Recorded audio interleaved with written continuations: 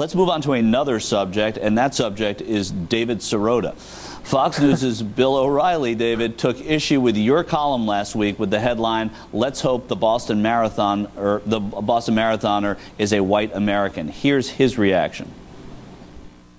It's just appalling. This loon hopes that a deranged American killed other Americans so his own political agenda is not scrutinized.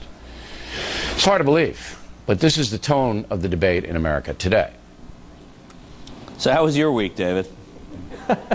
Well, I got a lot of hate mail from that, and that's a complete distortion, if not outright lie, about what I wrote. What I wrote is that I hope that the Boston bomb, and this is before we found out who they were, or who they're alleged to be.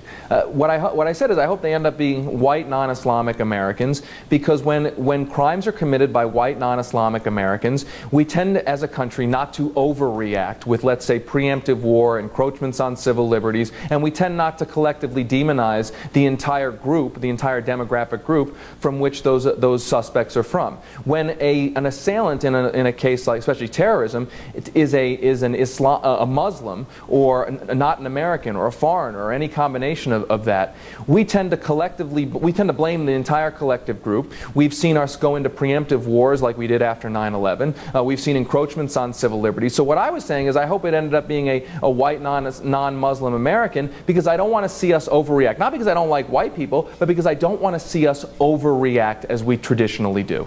Yeah, and just today, to your point, David, the House has announced that on Friday they're going to conduct hearings into Chechnyan radicalism. So, I mean, those hearings, I promise you, were not scheduled before Boston happened, and this kind of reaction and reacting to a group is exactly what you're talking about. So in light of the fact that Jahar Tsarnaev and his brother, were taken, well, one was taken into custody, one was killed, has your outlook on this changed at all?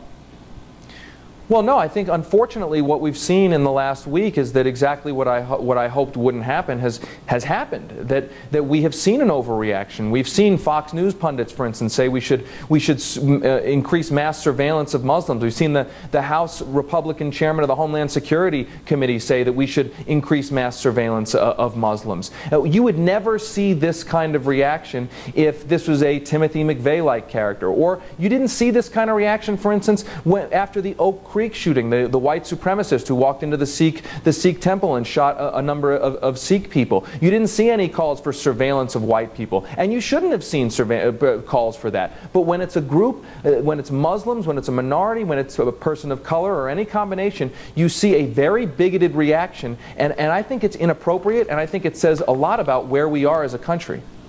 And we're glad that you stood up to Bill. We'll always have your back here at the War Room. David Sirota is coming to us from Denver. Thanks so much.